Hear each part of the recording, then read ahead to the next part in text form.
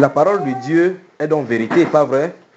Ça suppose donc que l'Église a vraiment un problème.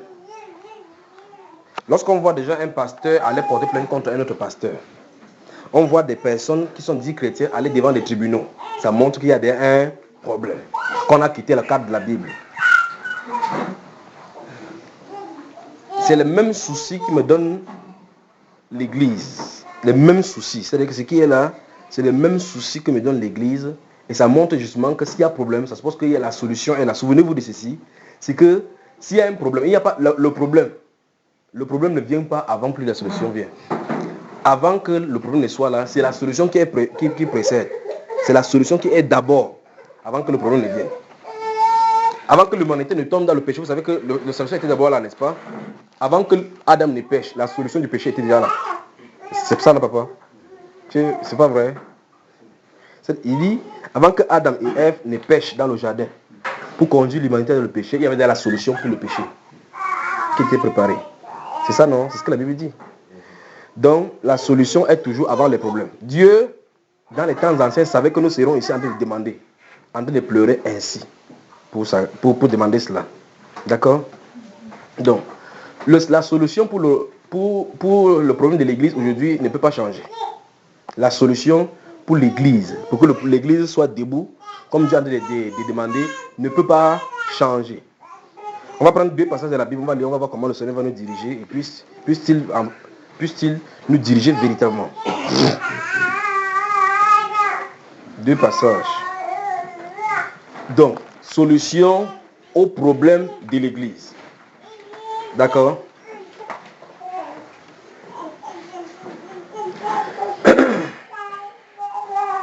Solution au problème de l'Église.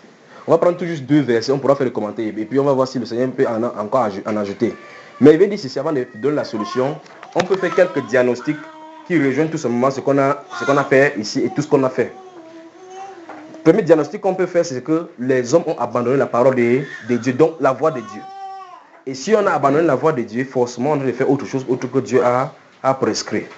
C'est-à-dire qu'on a abandonné la parole de Dieu au profit des traditions des hommes. Autrement dit, on a institué en lieu et place des ordonnances du Seigneur, on a institué en lieu et place les traditions d'hommes. Et Dieu ne viendra jamais confirmer les commandements d'hommes. Dieu ne viendra jamais confirmer les traditions d'hommes. Si un esprit se manifeste derrière les traditions d'hommes, c'est forcément un esprit démoniaque. Forcément. Parce que l'esprit de Dieu est l'esprit de la vérité. J'espère qu'on se comprend. Ici, il n'y a pas de sentiment. Ok. Donc, Hébreux chapitre 2, verset 4, c'est pas par rapport aux solutions. Je vais dire quelques diagnostics. Dans Hébreux chapitre 2, le verset 1 à 4, la Bible déclare que comment négligerons-nous un si grand salut qui d'abord annoncé par le Seigneur nous a été confirmé par ceux qui l'ont entendu. Et le Seigneur a appuyé le témoignage par des prodiges, des miracles, des guérisons, par des différents dons de l'Esprit envoyés du ciel. Donc la Bible déclare donc que Dieu témoignait que c'est un salut que Jésus lui-même a prêché premièrement. Et ceux qui ont entendu directement de sa bouche l'ont aussi relayé. Et pendant qu'il relayait cela, Dieu confirmait. C'est ça, non? Dieu confirmait le témoignage pour montrer que ce qui était là était vrai. Alors, si Dieu confirmait leurs paroles, ça suppose que c'est parce que leurs paroles étaient en accord avec la parole du Seigneur. C'est ça, n'est-ce pas? Et dans Hébreux chapitre 2, verset 1 à 4, c'est là où ça se trouve. Maintenant, si vous lisez Actes des Apôtres, chapitre 3, puis le chapitre 4, notez également cela, c'est dans le cadre du diagnostic. Nous regardons dans Actes des Apôtres. Je vais donner le verset, puis il va citer ce qui est là-bas, n'est-ce pas? Notez Actes chapitre 3 et chapitre 4, parce qu'il va parler de cela. Actes chapitre 3 et chapitre 4, Actes chapitre 9, Actes chapitre 10,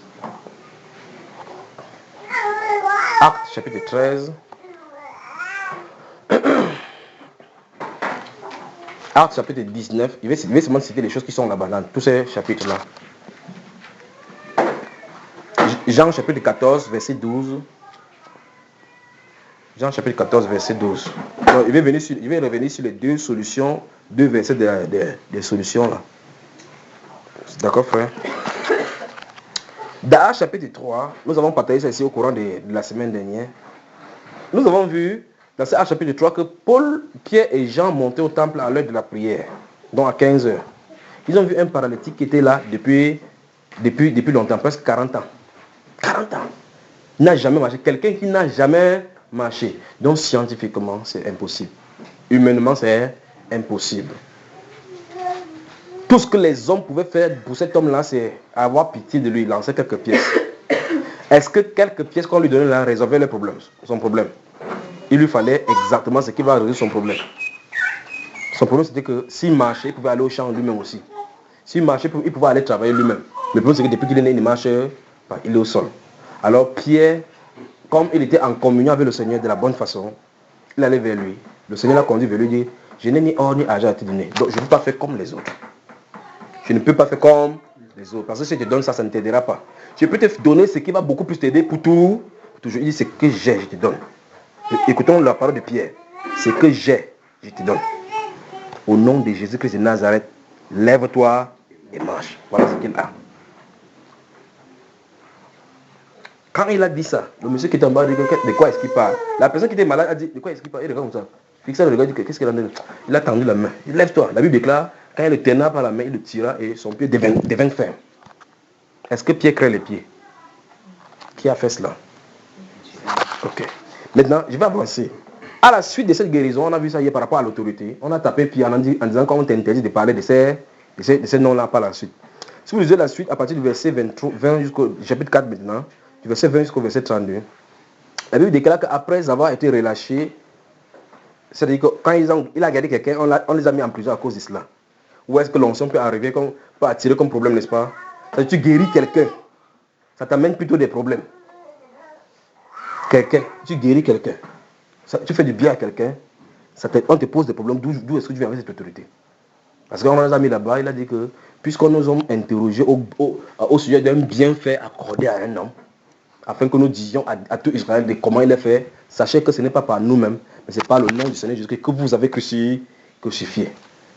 Il n'a pas dit que ce n'est pas beaucoup de connaissances, ni par quoi que ce soit, c'est par la relation qu'ils ont dans le nom de Jésus. Il dit que c'est pas le nom de Jésus que ce nom a raffermi cet homme que vous voyez et connaissez. Donc on les a tapés en disant qu'ils ne parlaient plus. La Bible déclare qu'ils sont rentrés vers les chrétiens, vers les leurs, dans leur groupe. Ils ont expliqué aux gens qu'on nous a tapés à cause du nom de Jésus. La Bible déclare qu'ils élevaient tous ensemble à Dieu la voix et prière. Ils ont prié, demandé à Dieu de leur accorder l'assurance pour annoncer son témoignage en étendant sa main pour qu'il se fasse davantage de miracles. C'est ce qu'ils disent. C'est ce que Actes chapitre 4 dit. En attendant sa main pour qu'il se fasse des miracles par le nom de ton saint serviteur Jésus-Christ. La Bible déclare, lorsqu'il eut prié, le lieu où ils étaient trembla, ils furent tous remplis du Saint-Esprit et ils allaient annoncer le Dieu avec assurance. On est d'accord, n'est-ce pas? Dès le départ, avant qu'ils ne parlent annoncer avec l'assurance, pour défier l'autorité sur le terrain, ils avaient été remplis du Saint-Esprit. On se comprend jusque-là? Dans le chapitre, j'ai donné un prochain chapitre, chapitre 9, on voit clairement comment une veuve, parmi les veuves, là, le groupe de femmes, une femme est morte, Dorcas, qui faisait de bonnes œuvres. On dit que Pierre n'était pas loin de la ville là. On a lavé la femme, on l'a déploré et enterré. On n'a pas enterré. Frère, c'est terrible dans la Bible. On n'a pas enterré, on l'a mis dans une chambre haute. Envoyer les gens aller chercher Pierre.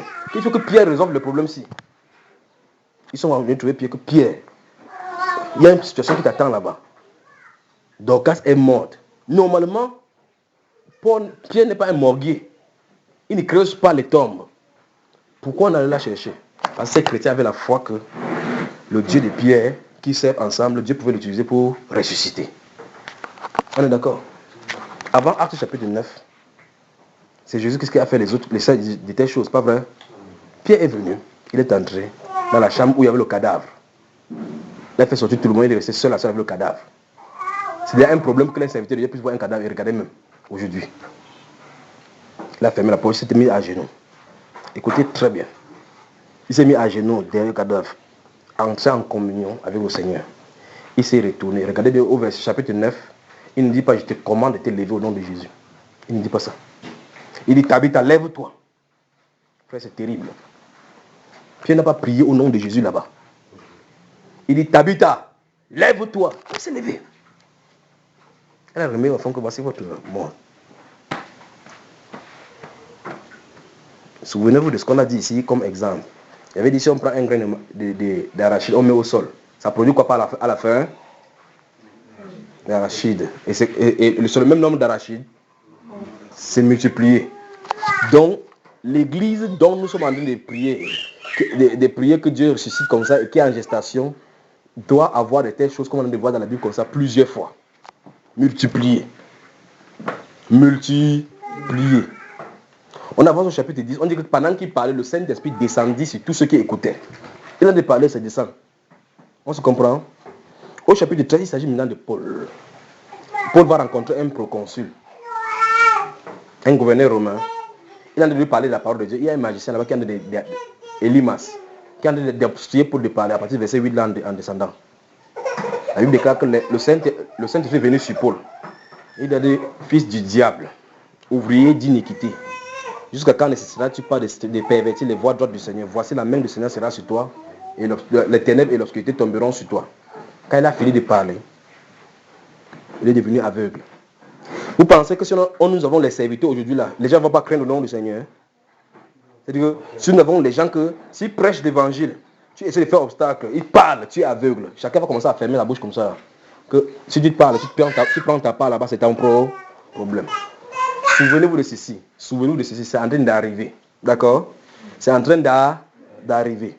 Il ne faut pas seulement que quelqu'un soit dans le coup, que c'est lui qui soit l'exemple de Elimas. C'est en train d'arriver.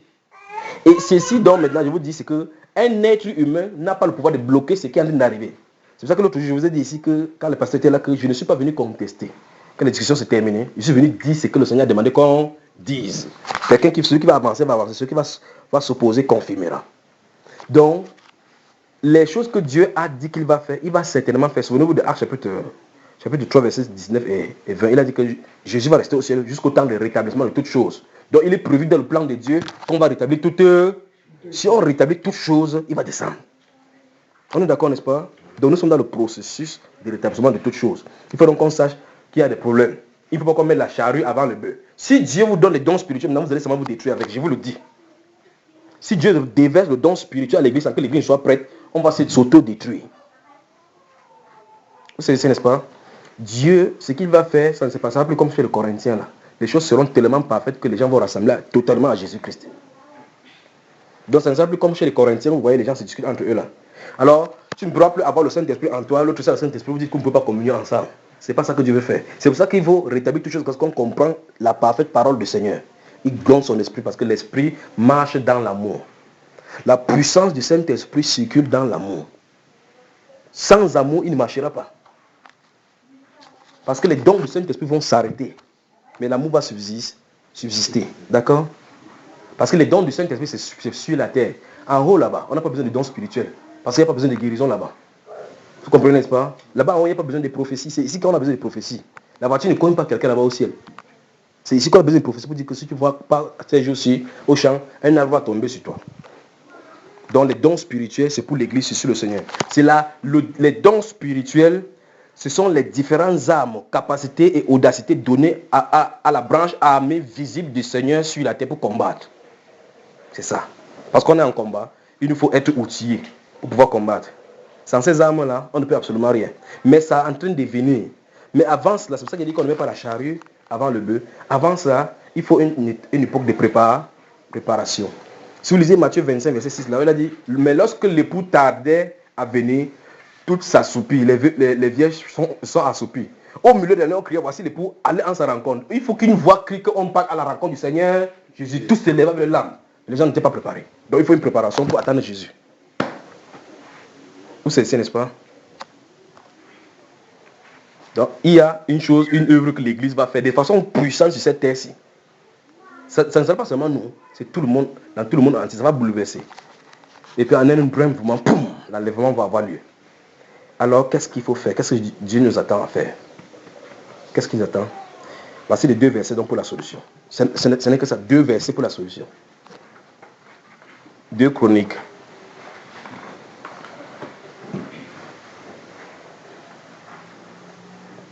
Chroniques, chapitre 7, le verset 14.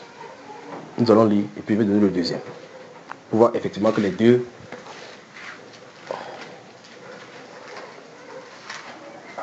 Vos pasteurs que vous avez invités aujourd'hui ont fui, n'est-ce pas?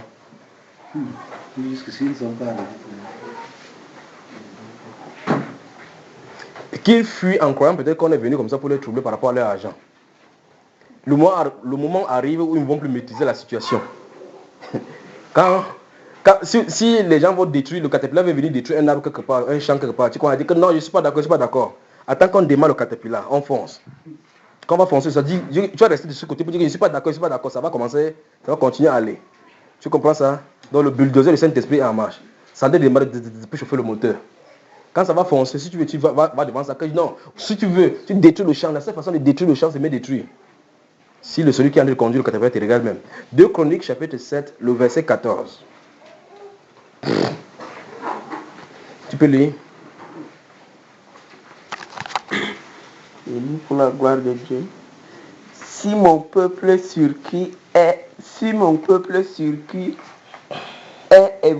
invoqué mon nom, s'humilie, prie et cherche ma face, et s'il se détourne de ses mauvaises voies, je l'exaucerai des cieux. Je l'exaucerai des cieux. Oui.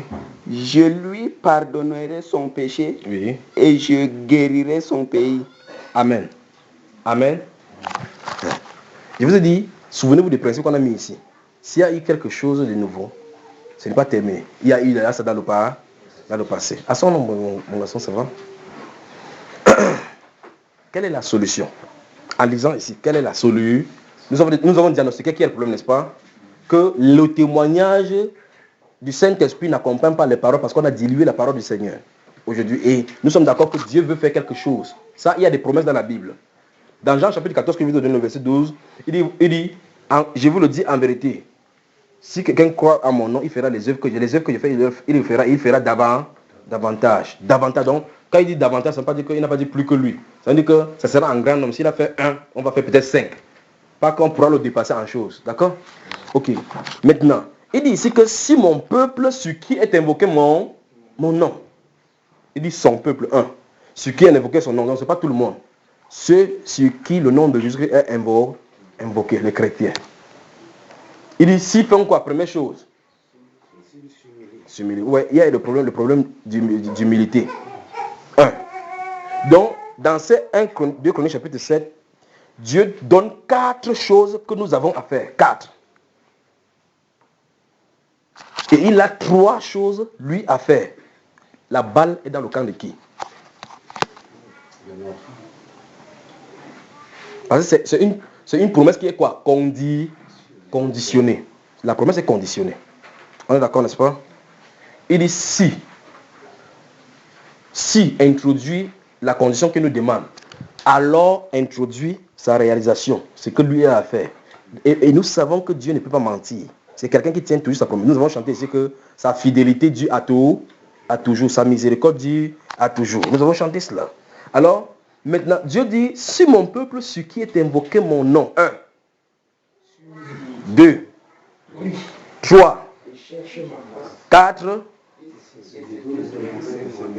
nous allons dire ça de sans compter maintenant. Donc du 4e au 1er. 4e. De ses mauvaises voies. 3e. Cherche ma face. 2e. Oui. Prie. Maintenant, lisons la promesse que c'est que Dieu s'est engagé à faire lui. Alors, du haut des cieux. Oui, alors. Mes yeux seront ouverts désormais. Et mes oreilles seront attentives à la prière faite en ce lieu. Oui. Maintenant. Vous avez sauté vous avez quitté le verset 14.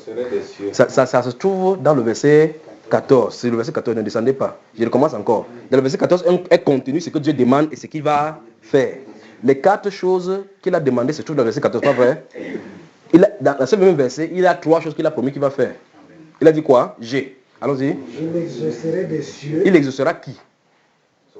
Son peuple qui aura réalisé la condition qui est en haut. Allons-y, les 4 conditions, n'est-ce pas? Je l'exaucerai des cieux. 1. Je lui pardonnerai son péché. 2. Et je guérirai son pays. C'est quoi guérir son pays? Donc ça veut dire que là où il y avait une destruction, il y a un relèvement. Alors, je recommence encore. la balle est dans le camp de qui? C'est dans notre camp, n'est-ce pas? Donc, Dieu invite l'Église à 4 choses. Il faut qu'on soit humble pour reconnaître que nous avons tort. Il faut que chacun individuellement, vous voyez très bien que de toutes les façons, c'est tout ce qu'on a de parler là depuis. Il faut que chacun individuellement se détourne de ses péchés.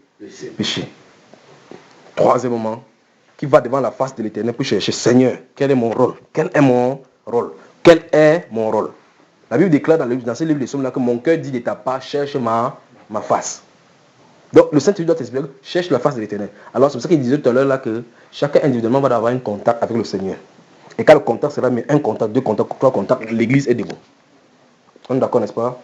Il dit, prie, s'humilie, cherche la face et se détourne de ses mauvaises voies. Dieu s'exauce, Dieu prend l'engagement d'exaucer. Alors n'importe quoi qu'on va demander, il va le faire. On est d'accord? Donc l'Église a 4 choses à faire. Donc. C'est pour ça que j'invite donc tous les membres d'ici que vous vous rassemblez chaque fois pour demander pardon à Dieu par rapport à l'Église. Ce n'est pas seulement vous. Quand nous prions pour l'Église du Seigneur dans le monde entier. Les péchés que nous faisons. À l'instant où un pasteur fait des choses abominables, donc il y a les enfants là, fait des choses abominables, vous entendez les pasteurs qui ont couché avec les femmes d'autrui, les pasteurs font ceci, et curieusement va venir prendre la Bible et le micro parler au nom de qui? De Jésus. Quand il parle, il souille ceux qui l'entendent, mais il ne le suit pas. C'est comme ça qu'il distribue la puanteur. Vous allez vous associer, prier avec celui-là. Vous allez rester, va dire que Seigneur, nous prions pour que tu nous apportes le don de guérison. Il va le faire. Parce que la tête est pourrie. C'est pour cela qu'il faut effectivement qu'on commence à cette histoire de radicalité. C'est que si quelqu'un n'est pas droit avec le Seigneur, on l'écarte, on avance avec ceux qui vont y penser. Pour que quelqu'un ne traîne pas le pas. C'est n'est-ce pas? On ne peut pas crier avec quelqu'un. On ne peut pas commencer à prier. Vous ne pouvez pas commencer à prier, vous priez alors que quelqu'un est là. Il y a la haine sur le cœur. Il y a la calomnie sur le cœur. Vous allez finir de prier. Vous sortez, vous parlez contre l'un, contre l'autre. Ça ne marchera pas. Voilà pourquoi toutes ces choses-là qui sont mentionnées dans la Bible, dans le livre Éphésiens chapitre 4, que la calomnie, qu'aucune animosité, des querelles, des jalousies ne sont même pas nommées au milieu de vous, parmi vous, comme ainsi qui convient au sein. Ce sont des choses qui ont éloigné l'esprit. Alors, il va falloir que quand nous nous rassemblons, par exemple, vous vous rassemblez, vous priez chaque fois, Seigneur. Et autre chose, écoutez très bien, vous vous asseyez comme ça, vous vous connaissez entre vous. Peut-être vous avez dit quelque chose par derrière contre l'un de vous ici. Et vous savez ça. Vous avez besoin de réconciliation. Vous allez vers la personne, Dieu a dit, vous dites, ma soeur, mon frère, j'ai dit quelque chose contre toi, je te demande pardon. Souvenez-vous, la main ne peut pas dire quelque chose contre l'œil. Souvenez-vous de ce qu'on a vu ici. Vous savez, n'est-ce pas? Donc, si vous avez quelque chose sur le cœur à quelqu'un, ou quelque chose que vous avez fait, sachez que c'est mauvais. Allez vers la personne, appelez la personne, réconciliez-vous. Ces choses-là, ça bloque la puissance du Saint-Esprit. Alors, réconcilions-nous. Quand on s'est réconcilié comme ça, là, vous êtes dans l'atmosphère de prier. Vous êtes dans l'atmosphère de prier. Parce qu'il ne faut pas commencer à dire, oh Seigneur, nous prions pour l'Église dans le monde entier. Souvenez-vous, comment peux-tu dire, laisse-moi ôter la paille qui est dans ton œil quand tu as la poudre dans ton œil. Donc, réservons d'abord le problème à domicile. Dis à ton voisin, lavons le linge sale en famille. Donc, s'il y a quelqu'un qui a quelque chose contre quelqu'un, prenez la personne, résolvez le problème. Si vous ne pouvez pas résoudre à deux, prenez une autre personne pour que la personne vous aide à résoudre le problème. Et résolvez le problème selon la parole du Seigneur. D'accord, bien-aimé? Et puis, maintenant, on peut avancer dans la prière. Repentance après repentance. Tout ce qu'on entend que les serviteurs font au nom de Jésus et qui ne le glorifient pas, on se repent de cela.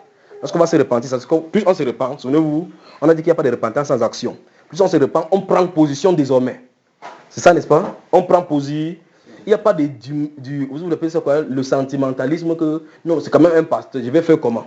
Quand vous savez déjà qu'un pasteur couche avec la femme de quelqu'un, ou a pris la femme qui ne lui appartient pas, vous savez très bien que c'est un agent du diable. Vous savez ça, n'est-ce pas?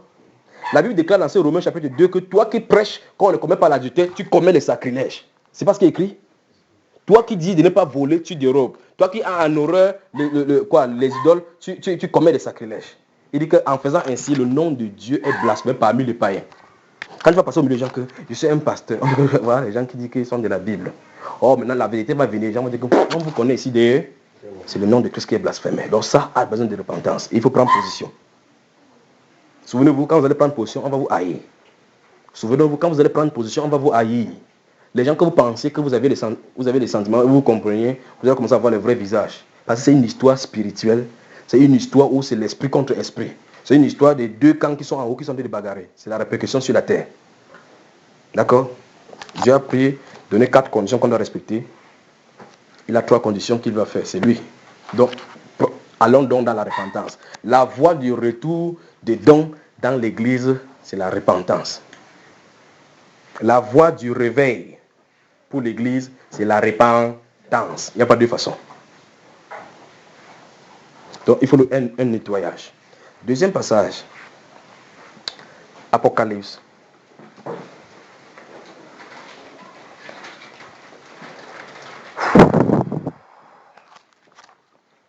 Chapitre 3.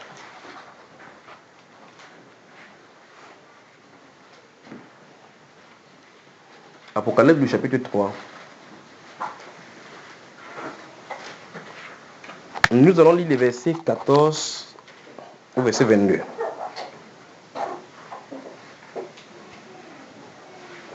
Tu peux lire.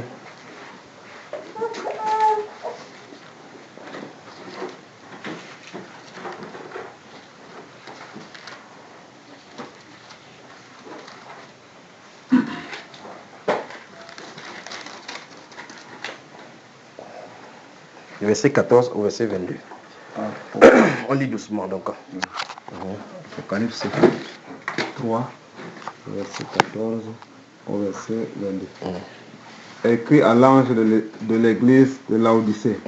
Voici ce que dit l'Amen, le témoin fidèle et véritable, le commencement de la création de Dieu.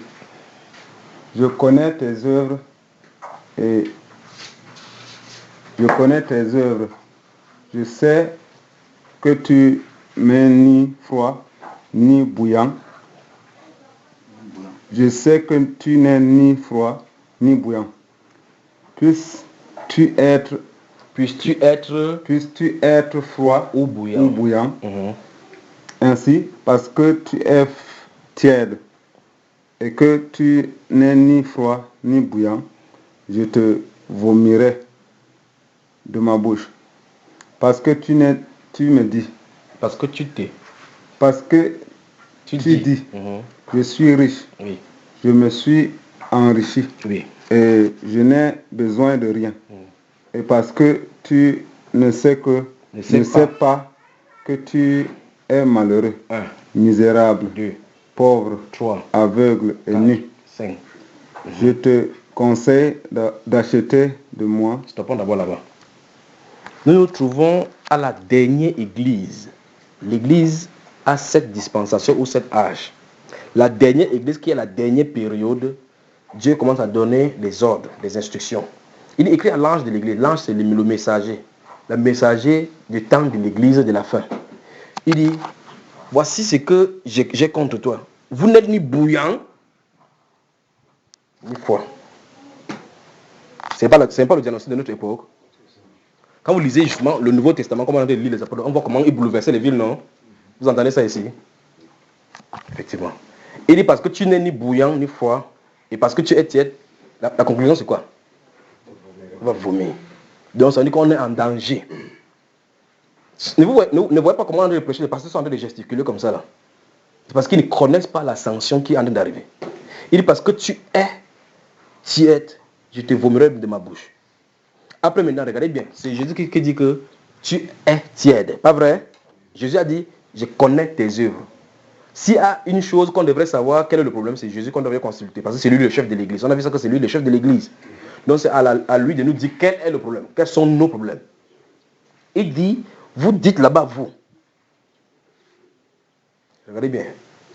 Que vous êtes riche. Il dit parce que tu dis. Parce que tu dis. Est-ce que c'est l'église qui devait dire cela? Parce que tu dis que, première chose, je suis riche. Deuxième chose.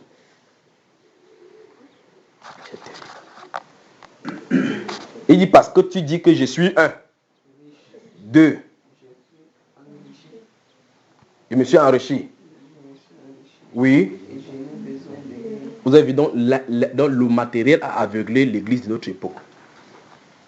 C'est pour ça qu'il y a la doctrine de prospérité dehors. On dit seulement que les chrétiens doivent être seulement riches. Tout tourne autour de la richesse. C'est pour ça qu'on va indiquer les dîmes là, les offrandes là. Les gens ne veulent pas se vouloir sortir. Parce que ça les a aveuglés. Ça, c'est ce que l'église de notre époque dit. Nous avons un grand bâtiment. Une grande construction. Maintenant, on inaugure notre église. Nous sommes riches. On n'a plus besoin de rien. Et alors, le bien matériel, ils ont. Mais le plus important, ils ont raté. Regardez maintenant, ça c'est le diagnostic. Nous sommes riches, nous n'avons pas besoin de quelque chose. Mais regardez le diagnostic de Dieu. Et parce que tu ne sais pas. C'est la chose la plus frappante de notre époque. L'ignorance. Parce que tu ne sais pas. Tu ne sais. L'église est dans un état de péché, mais étant inconsciente. Parce que tu ne sais pas que tu es un. Parce que tu es un. Malheureux. 1, 2, 3, 4 et 5. Chacun des mots qui est cité là-bas, on peut développer dans la Bible et vous voyez effectivement l'époque qu'on est en train de vivre. Vous voyez l'état de l'église. Regardez le diagnostic que le Seigneur, la tête de l'église, est en train de donner. Entre temps, les archibishops sont sur la tête. Ils disent non, tout va bien. Le Seigneur a ajouté notre nom. Nous sommes à 3000. Nous avons le terrain. Construisons une grande église où les gens vont entrer. Dieu dit tu es misérable, pauvre, aveugle et nu. La nudité. On n'est pas couvert par la puissance du Saint-Esprit. On n'est pas revêtu par l'autorité d'en haut, la nudité. La nudité. Et c'est ça justement que Dieu veut que nous sachions. Maintenant, regardons bien. Après avoir fait le diagnostic, le reproche à l'église en disant que l'église dit ceci, il dit, en réalité, tu es ignorant que c'est plutôt comme ça que tu es. Maintenant, il donne la solution. Souvenez-vous. La suivante. Je te conseille d'acheter de moi. Stoppons là-bas. Il dit, je te conseille. Il n'est pas dit, je t'impose. Vous avez vu ça, n'est-ce pas? Donc, nous sommes venus annoncer à l'église, aux pasteurs, surtout les dirigeants, qu'ils aient assez repenti et conduit le troupeau dans la repentance. C'est la voie. On a intérêt à le faire. Sinon, il va nous vomir. Il dit, je te conseille de le faire. Alors, on n'a que deux choix. Quand on te conseille, quand tu vas demander conseil, quelqu'un te donne un conseil. N'est-ce pas? Toi, tu peux l'appliquer ou tu peux ne pas l'appliquer. On se comprend, n'est-ce pas? Mais si quelqu'un te donne un ordre, tu es obligé d'obéir. Sinon, tu vas subir. Mais ici, c'est un conseil. Donc, ça veut dire qu'à ceux qui vont écouter, Dieu va travailler avec eux. Ceux qui ne vont pas écouter, Dieu va les placer de côté. Ils vont revenir très tard. Les vieilles folles. Vous y êtes? Il dit, je te conseille d'acheter. Souvenez-vous de ce mot-ci. Acheter. Je te conseille d'acheter de moi. Donc, autrement dit, toute richesse, toute ressource.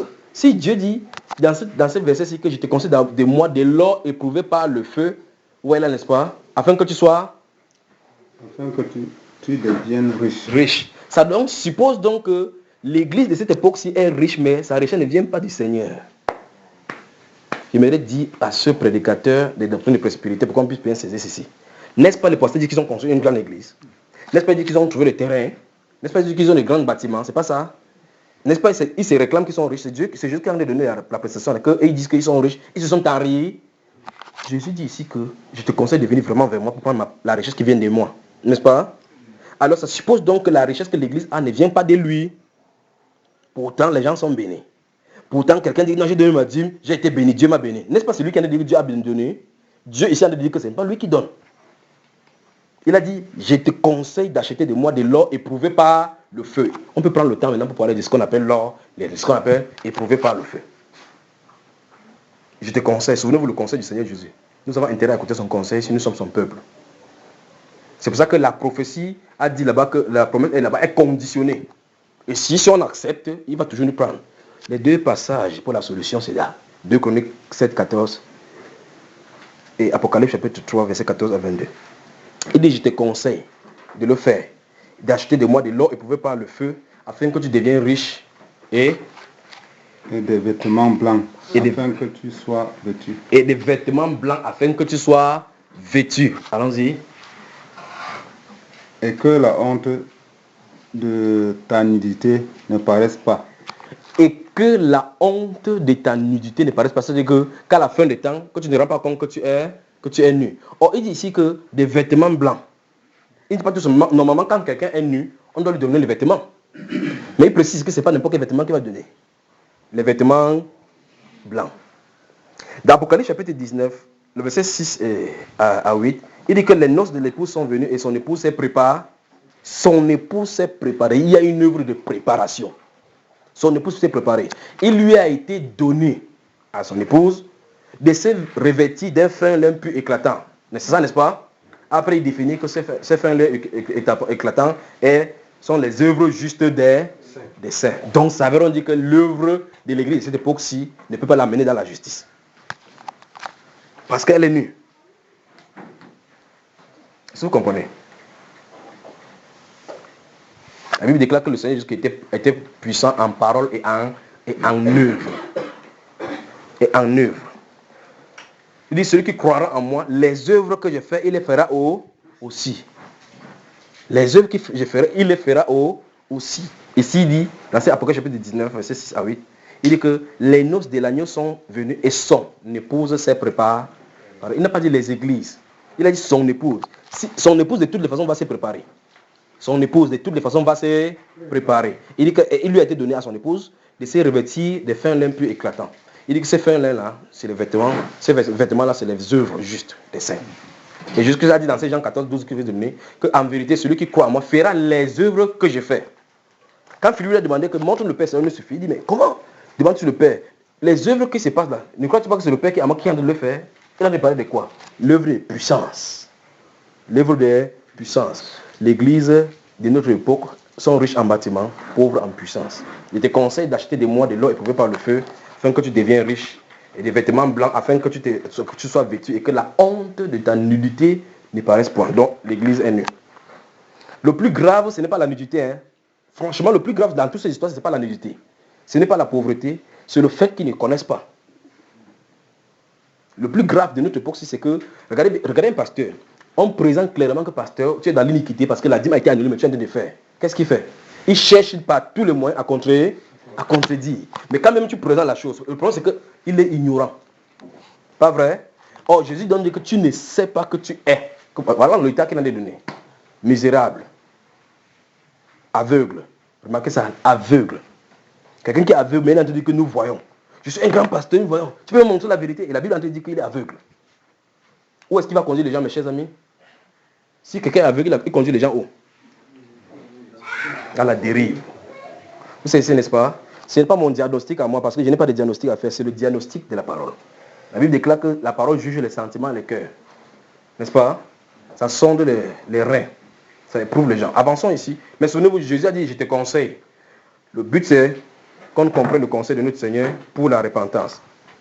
Oui. Et un collier pour oindre tes yeux. Oui. Afin que tu vois. Donc finalement, les gens sont en train de regarder comme ça, mais ils ne voient pas. Mais Dieu dit que, je n'ai pas le temps de parler de l'or éprouvé par le feu, de le collier, des vêtements blancs, mais il glisse là-dessus un peu. Maintenant, il dit un collier pour oindre les yeux. C'est le temps de parler de ça. Ça veut dire que les gens lisent la parole, ils ne comprennent pas, il leur faut la révélation. Beaucoup tu ouvres les yeux, la révélation de tes paroles est claire. Donc ça veut dire qu'ils lisent la parole, ils tordent la parole.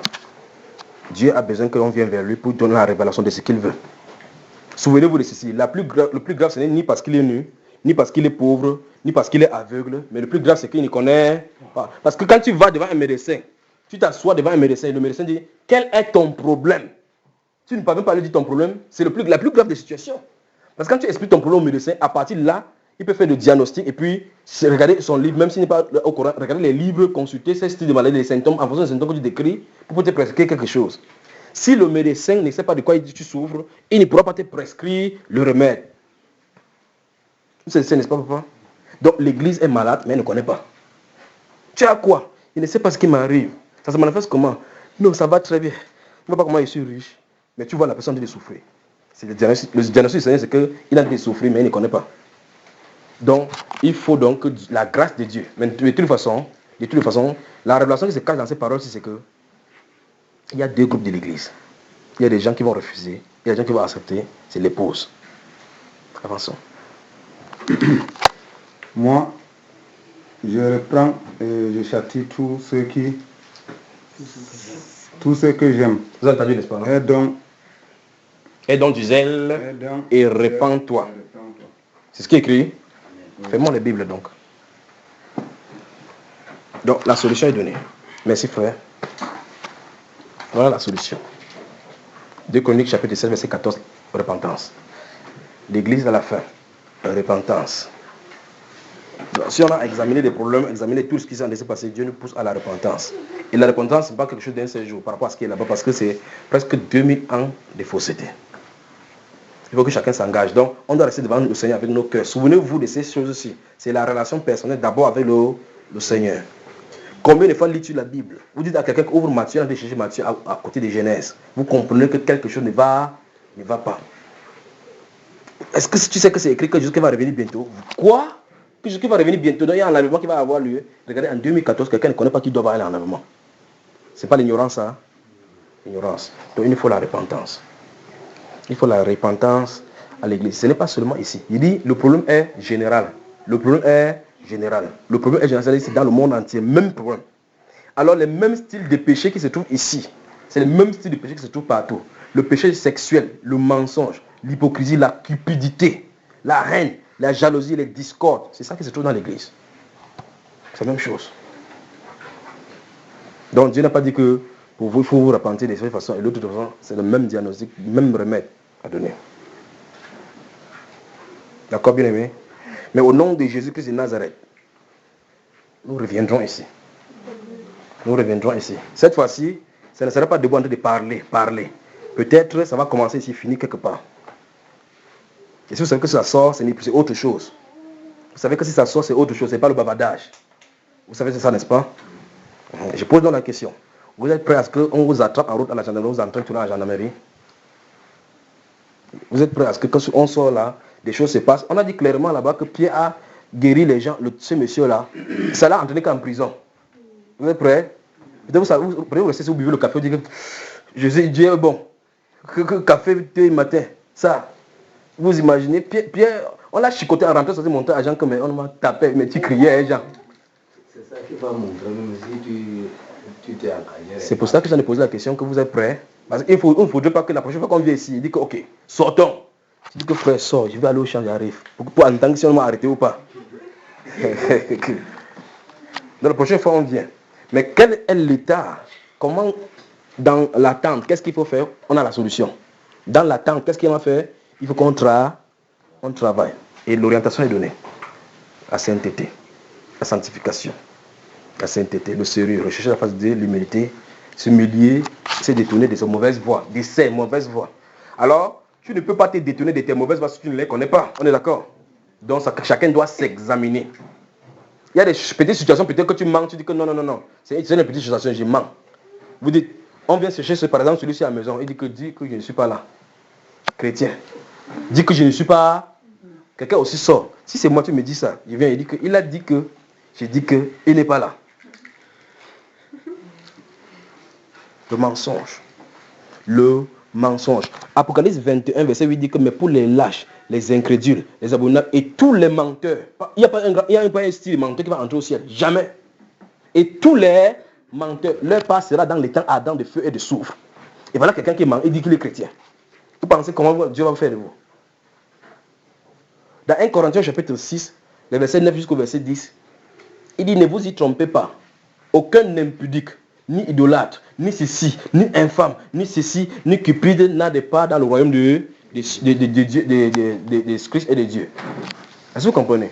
Il dit mais cela c'est que vous étiez quelques-uns d'entre vous, mais vous avez été lavés, mais vous avez été sanctifiés, mais vous avez été justifiés par l'Esprit du Seigneur Jésus. D'accord? Donc souvenons-nous de ceci. Il faut, pour se repentir de ses mauvaises actions, les connaître. On ne va pas toujours devant Dieu que Seigneur, pardonne-moi tous mes péchés. Lesquels?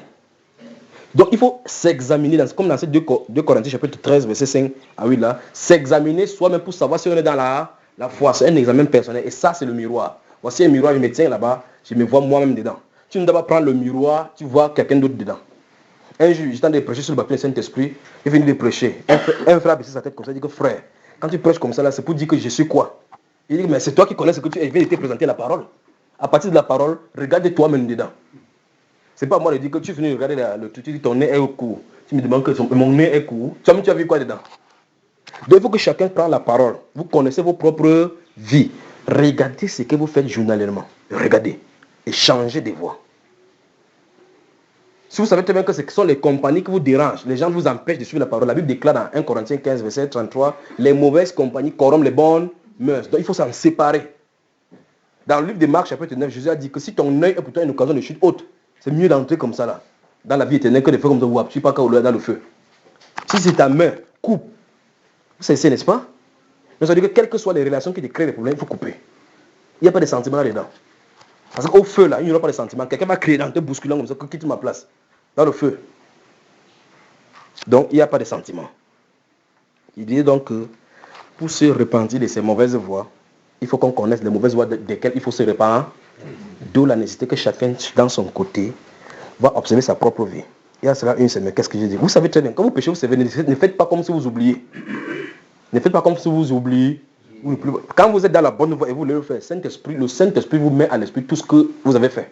Quand vous êtes dans ce processus-ci. C'est-à-dire que tu te couches au lit. Comme je viens de parler maintenant, le Saint-Esprit révèle les choses que vous avez faites et que vous savez que vous faites. D'autres, vous ne pouvez pas l'avoir maintenant. Mais quand vous êtes dans le calme, parce que Dieu sait exactement qu'il a promis que vous venez chercher sa face. Devant sa face, il te met à cœur exactement ce que tu avais fait. Comment tu as frustré quelqu'un. Comment tu as menti. Il te met à chercher pour que tu les confesses. C'est, n'est-ce pas? Est-ce que nous sommes prêts à s'engager dans ces voies? Vous êtes prêts? Donc ça veut dire que, première chose, je ne sais pas quand vous allez vous réunir la prochaine fois encore, avant de vous réunir, que chacun se sanctifie. Que chacun cherche sa voie. Sonde ses voies devant le Seigneur et les confesse. Si c'est quelqu'un que tu as offensé ou bien quelqu'un que tu avais sur le cœur que tu n'avais pas pardonné, fonce faire la personne. Mon frère, je vais te parler. Ma soeur, je vais te parler. Allez du côté, s'il te plaît. J'avais quelque chose contre moi. Tu avais porté ton habit l'autre jour, ça ne m'avait plu. J'étais jaloux de toi. Ton habit. Hein? Et toi, à qui on vient confesser, ne dis pas que tu es jaloux de moi, pourquoi? C'est toi qui m'as donné l'argent. Ce n'est pas ça, c'est le processus de la réconciliation. Tu as intérêt à lui pardonner parce que toi-même tu as besoin du pardon. Souvenez-vous, des deux côtés, il y en a besoin. Donc si tu es proche, je viens te dire, mon frère, pardonne-moi. Tu dis que je ne pardonne pas, toi-même tu es dans les problèmes. Parce que la Bible déclare, pardonne-nous nos offenses, comme nous pardonnons à ceux qui nous ont offensés. Ça veut dire le contraire, c'est ceci. Ne nous pardonne pas nos offenses, comme nous ne pardonnons pas aussi à ceux qui nous ont offensés. Donc si je viens te dire pardonne, tu dis non, je ne pardonne pas. Tout ce que tu as demandé à Dieu pardon, il ne te pardonnera jamais. La fin, ce sera où? La fin, c'est où? En enfer. Donc faisons attention. Dis à ton voisin, j'ai besoin de ton pardon. Parce que tu as besoin aussi d'être pardonné. Dis encore à ton voisin, tu dois pardonner.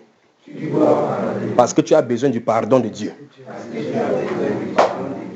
Donc, je vais dire ici que les obstacles, les problèmes ne viennent pas créer des obstacles entre vous, d'accord?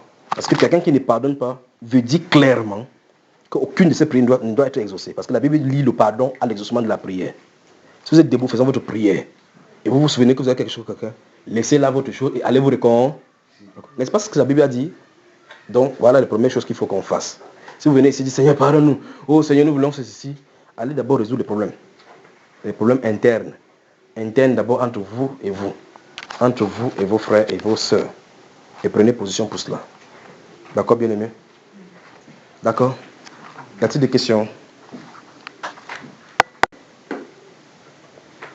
Je ne comprends pas la révélation par rapport aux Écritures et la révélation par rapport à l'inspiration.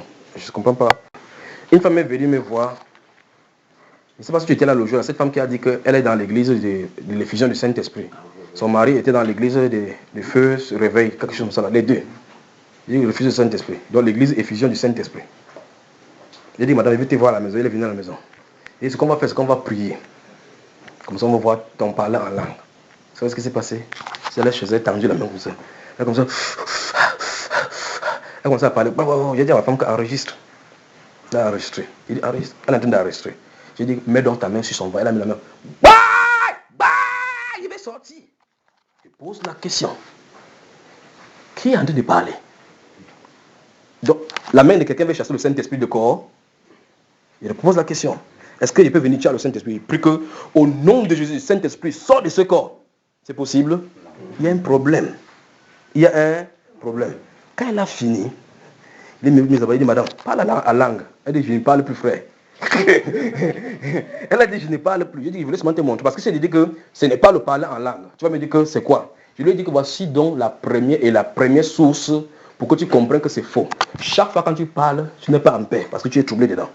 C'est la preuve que ça ne vient pas de Dieu. Le don de Dieu est d'abord parfait, conciliant, doux et ça donne la paix. C'est n'est-ce pas? C'est-à-dire que, à l'exemple, tu pries, tu dis, après quand tu finis, tu te poses des questions. Qu'est-ce que j'ai dit là? Qu'est-ce qui se passe? Est-ce que c'est vraiment... À l'instant, il y a ce questionnement. Sur le Saint-Esprit qui a de ces questionnements, comme ça, que tu penses que toi-même, là, c'est moi. C'est ça. Est-ce que vous comprenez? Donc, la fait de parler en langue. Donc, les dons spirituels, là, les dons spirituels ne peuvent pas venir avant que Jésus-Christ ne soit glorifié. Il faut que les dons spirituels viennent après que Jésus-Christ soit glorifié. Et par conséquent, c'est la parole esprit qui doit venir. Si on a les paroles tradition en nous, ça ne peut pas venir. Si on a la parole tradition, et justement pendant qu'elle causait avec cette fille-là, elle a dit qu'une de ses sœurs était servante de l'Église catholique. Elle a commencé à avoir les croix, les sels bénis qu'elle lui donnait. Et sa grand-mère, celle-là, je ne sais pas, l'histoire est longue. Sa grand-mère, lorsqu'on l'a couchée, elle est sortie sur la table, elle a mis la main sur elle, elle a parlé une chose. Elle a dit, tu vas me servir. Quand on priait comme ça, c'est sa mère qui parlait à l'intérieur. Elle parlait en langue. C'est ce qu'on appelle la langue là maintenant. Donc cette fille-là de l'Église catholique, là c'est elle qui faisait comme ça que prie, ouvre. Invoque l'esprit. C'est ce qu'on a aujourd'hui. Donc celle-là qui fait de l'Église catholique, elle va s'asseoir, elle va faire prendre Marie, après elle dit ça, Michael. Toi tu sais très bien qu'on ne doit pas prier ces choses-là, mais elle prie en langue. Donc tu pries de la même façon. Donc dis à ton voisin, tu ferais mieux d'arrêter. Quand tu as un billet entre les mains, deux billets entre les mains, on te dit qu'il y a un qui est faux. Tu regardes, ça semble être vrai. Il n'y a qu'une seule façon de le faire. Amener là où il y a le rayon ultraviolet. Tu passes là-bas. C'est le test là que ça doit passer. Tu n'as pas besoin de dire que non, c'est celui-ci, non, c'est celui-ci, non, c'est celui-ci, non, c'est celui-ci. En période de doute, on s'abstient. C'est ça, n'est-ce pas? Alors je passe le billet sous le truc. Si les caractéristiques, c'est que si c'est faux, ça va être devenu blanc là-bas. Je passe seulement. Le billet qui est blanc, je l'élimine. Point final. Alors, on ne saura pas le vrai tant que le vrai n'est pas venu. Tant que c'est comme ça, le faux sera là. Vous allez dans un pays, par exemple le Gabon. Vous fabriquez des faux billets, des dollars. Vous allez là-bas au Gabon, vous distribuez à tout le monde, sans qu'ils n'aient jamais vu le vrai. Ils vont considérer que ça c'est le vrai. Attendez que sur place le vrai vienne. Chacun sera surpris que donc mon dollar était faux. Vous savez, n'est-ce pas? C'est en train de venir. Le bulldozer du Saint-Esprit est en marche. Ça va venir. D'accord mes frères? Voilà. Autre question encore. Voilà. Bombarde toujours maman. Même quand je vais me taire, cela ne me laisse pas. Mais j'ai la paix. Ok. Donc ça veut dire que je n'ai plus rien à dire. Si tu as la paix, si ça ne t'est pas été laissé, alors maintenant, ce que je te conseille en tant que serviteur de Dieu, va devant Dieu dire que je ne parlerai plus ici s'il n'y a pas d'interprétation. C'est ce que la Bible a déclaré. Les frères m'ont quitté à cause de cela. Ils disent, frère, le jour où tu vas comprendre, tu vas comprendre. Tant qu'il n'y a pas d'interprétation, il te lance un défi. Va demander au Dieu qui semble-t-il t'a donné cela. Si tu as donné, forcément il faut donner l'interprétation parce qu'il a dit que celui qui prie pour avoir le don pour interpréter. C'est ce que la Bible recommande. Alors, prie ma soeur que Seigneur, je ne parlerai plus que si tu me donnes le don pour l'interpréter. S'il y a l'interprétation, j'accepte que ça vient de toi. Voilà le défi donc. Oui frère. Oui, je voulais demander l'interprétation, c'est lorsque l'église s'assemble même ou... Non, c'est pour elle-même. Pour elle-même d'abord. Parce que si tu pries en langue et que tu as l'interprétation, quand tu seras en train de parler en langue, ton esprit sera en train de comprendre ce que tu es en train de dire. Pas que tu finis par après tu dis que non, mon amour pour vous est grand. Mon amour pour vous est grand. Ce n'est pas ça. Il dit, ça c'est pour l'extérieur. Toi, quand tu es seul dans ton côté, quand tu es en train de prier dans cette langue inconnue, tu entends ce que tu es en train de dire. Un peu comme tout à l'heure, on a dit que le vent est en train de faire pom, pom, pom. Mais la personne qui entend pom, pom, pom, en train d'entendre ce que ça est en train de dire, un peu comme ça. Oui frère, je vais encore parler du truc. Il y a une femme dans la dénomination d'où nous étions. Elle faisait... Après, il dit, ainsi parle l'Éternel. Alors stoppons là-bas. Écoutons très bien maintenant, pour que je vous dis, puisque nous sommes autour de la table de la parole là maintenant. Écoutons très bien. Vous avez vu que c'est la façon que le frère a parlé. Il était là, il a suivi, il a dit, ainsi parle. Le Saint-Esprit ne peut pas parler ça. Il veut que ça pénètre là maintenant. Le Saint-Esprit ne peut pas parler comme ça. Ne craignez pas, ne me regardez pas comme ça, d'accord? J'attends seulement que ça pénètre. Jusqu'à ce que vous avalez d'abord. Si vous avalez d'abord, j'avance. Je vais remarquer jusqu'à ce que quand je sais que vous avez déjà fait une quad. Je vais dire pourquoi. Avant que je vais le laisser parler. Frère, c'est bon, non? Le rythme est bon. Ça se comprend. Donc, c'est qu'il dit que le Saint-Esprit ne peut pas parler comme ça. Tu as compris ce qu'il veut dire? Oui. S'il te plaît, est-ce que tu peux dire? Parce que quelqu'un ne dit pas que c'est moi qui ai dit. Souvenez-vous, c'est votre ancien. J'ai dit que si c'est comme il a dit là, c'est tout ce qui va bavarder par la suite. Même si c'est vrai, ce n'est pas le Saint-Esprit. Souvenez-vous de ceci. Parce que je vous ai dit tout à l'heure que si vous avez deux billets, et que la seule façon pour tester si l'un est faux ou l'un est vrai, c'est de passer au crible. Pas vrai? Si c'est quelque chose qui est dit, la seule façon de savoir si c'est vrai ou pas, c'est où? Dans la parole. Maintenant, frère, dis-nous pourquoi ce n'est pas bon, ce n'est pas normal. C'est faux parce que ce Saint-Esprit-là même, c'est l'Éternel qui est en train de parler. Voilà. Comment est-ce qu'il peut dire que voici ce que l'Éternel dit? C'est comme s'il était en train d'interpréter ce que quelqu'un est en train de dire. Voilà. Maintenant, au-delà de ceci, la révélation des Écritures, c'est que l'Éternel, c'est le titre révélé dans l'Ancien Testament. Dans le Nouveau Testament, il n'y en a pas. Dans l'Ancien Testament, par exemple, vous allez voir l'ange de l'Éternel, l'ange de l'Éternel, l'ange de l'Éternel, le Seigneur l'Éternel. Vous ne verrez aucun verset dans le Nouveau Testament comme ça. Dis à ton voisin, tu vas lire ta Bible. Tu vas lire ta Bible. Alors maintenant, quand vous ne lisez pas la Bible, vous n'avancez pas avec le Seigneur pour avoir des telles révélations. Comment donc vous allez savoir si c'est vrai ou c'est faux? La personne va se lever et va dire, ainsi parle l'Éternel, je suis au milieu de vous, enlevez la haine parmi vous, enlevez la haine parmi vous. La première personne qui a la haine, c'est elle-même qui a de parler comme ça. Je vous aime, je suis au milieu de vous. C'est ça la prophétie. C'est ça la prophétie, c'est une prophétie ça. Est-ce que j'ai besoin que le Saint-Esprit dit qu'il nous aime? Pourquoi je comprends qu'il nous aime? Vous ne voulez plus rire maintenant. Ils ont dit quelque chose. Ok, vous voulez qu'on aille dans la Bible? Alors dans la Bible, pour que vous voyez. Actes des Apôtres.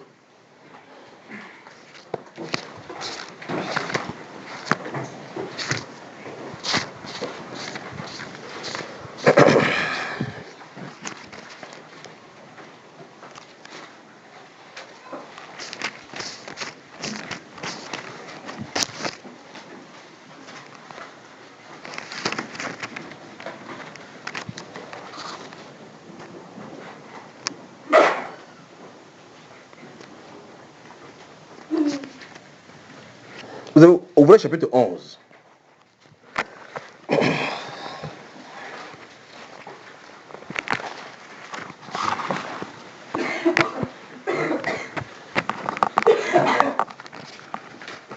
Et puis ouvrez maintenant 1 Roi chapitre 18.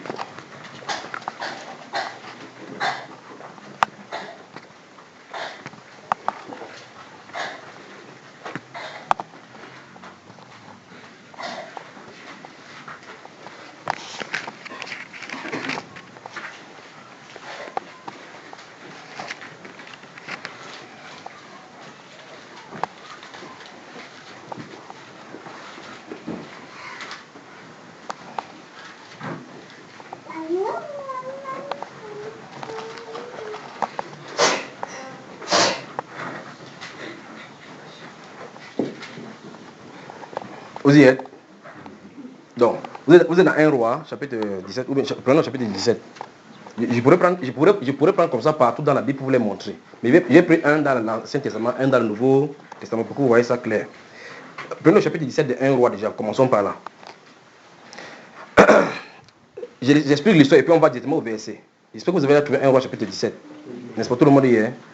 C'est l'histoire d'Élie ici qui vient dire à Akab qu'il ne tombera pas de la pluie jusqu'à sous ma parole, n'est-ce pas? Quand il dit comme ça là, il commence à aller à un torrent là-bas, le torrent finalement sèche. Dieu l'envoie chez une femme à Sarepta, d'accord, la veuve de Sarepta. Vous y êtes? Vous en suivre? Ok, je pourrais prendre ça dans la Bible partout. Mais arrivé au verset 13. Donc, le prophète Élie vient trouver la femme. La femme allait chercher le bois dehors. La conversation commence. Donc on va lire à partir du verset 13, on va voir quelque chose. Regardez. Elle lui dit, ne crains point. Élie lui dit, ne crains point. Rentre, je suis dans 1 Roi chapitre 17, verset 13. Élie lui dit, ne crains point. Rentre, fais comme tu as dit seulement. Prépare-moi d'abord avec cela un petit gâteau et tu me l'apporteras. Tu en feras ensuite pour toi et pour ton fils. Verset 14, regardez comment le verset 14 commence. Car ainsi parle. C'est pas terrible ça. Remarquez encore, c'est pour ça qu'il dit que vous lisez la Bible. Vous ayez votre Bible devant vous. Il dit car ainsi parle l'Éternel, le Dieu d'Israël. La farine qui est dans le pot ne manquera point et l'huile qui est dans la cruche ne diminuera point jusqu'au jour où l'Éternel fera tomber de la pluie sur la face du sol. Vous avez l'impression que le prophète est en train de parler à la veuve. Elle dit que car, voilà, vous faites le gâteau d'abord pour moi, je mange. En fait, tu vas faire pour ton fils après parce que c'est grave, j'ai marché dans le désert là. Il dit car ainsi parle l'Éternel. Il dit car ainsi parle l'Éternel. J'ai dit ainsi parle l'Éternel. Je suis d'arriver ici à cause du fait que le frère, parce qu'après il veut lui repasser la parole. Il a dit que cette femme-là disait ainsi parle l'Éternel. Voici un prophète qui dit ainsi parle l'Éternel. Après, il donne le décret de l'Éternel. Maintenant, allons dans le Nouveau Testament. On va donc voir que ce qui est dans l'Ancien Testament n'est pas dans le Nouveau. Ce qui est dans le Nouveau n'est pas dans l'Ancien. Vous savez? Maintenant, chapitre, il dit tout à l'heure, Actes chapitre 4, chapitre 11. N'est-ce pas? Ok. Lisons à partir du verset 26. Frère Ferrand, tu y es? Le chapitre 11. Lisons à partir du verset 26. Allons-y. Et l'ayant trouvé, il l'amena à Antioche. Oui. Pendant toute une année, il se réunit aux assemblées de l'église. Oui. Et ils enseignaient beaucoup de personnes. Ce fut à Antioche que pour la première fois, les disciples furent appelés chrétiens. En ce temps-là, des prophètes descendirent de Jérusalem à Antioche. Donc, nous sommes dans le Nouveau Testament. Les prophètes sont descendus, et c'est quand Élie est descendu aussi pour chez Sérapte, n'est-ce pas? Amen. Avançons. L'un d'eux, nommé Agabus, se leva et annonça par l'Esprit qu'il y aurait une grande famine sur toute la terre. Elle arriva en effet sous Claude. Les disciples résolurent d'envoyer chacun selon ses moyens un secours aux frères qui habitaient la Judée. Voilà, arrêtons-nous là-bas là. Vous voyez très bien qu'on dit qu'il annonça par l'Esprit. Vous avez la façon dont il dit, n'est-ce pas? Cet apôtre-ci, cet prophète-ci, il prophétise 2 fois dans le Nouveau Testament, dans Actes des Apôtres. La prochaine fois, c'est quand il va prendre la ceinture d'épaule. N'est-ce pas? Lisons cela. Quand il va prendre la ceinture d'épaule. Je vous lance maintenant le défi de trouver l'endroit où ça se trouve. On va voir dans les 8 secondes ici avec les... Ça se trouve où?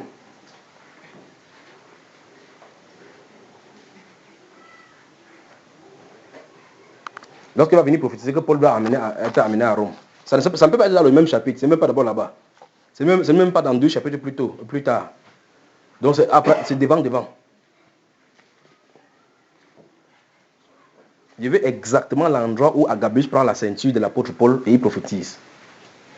Ce n'est pas dans le chapitre 11, ni dans le chapitre 12, ni dans le chapitre 13, ni dans le chapitre 14, ni dans le chapitre 15, ni dans le chapitre 16.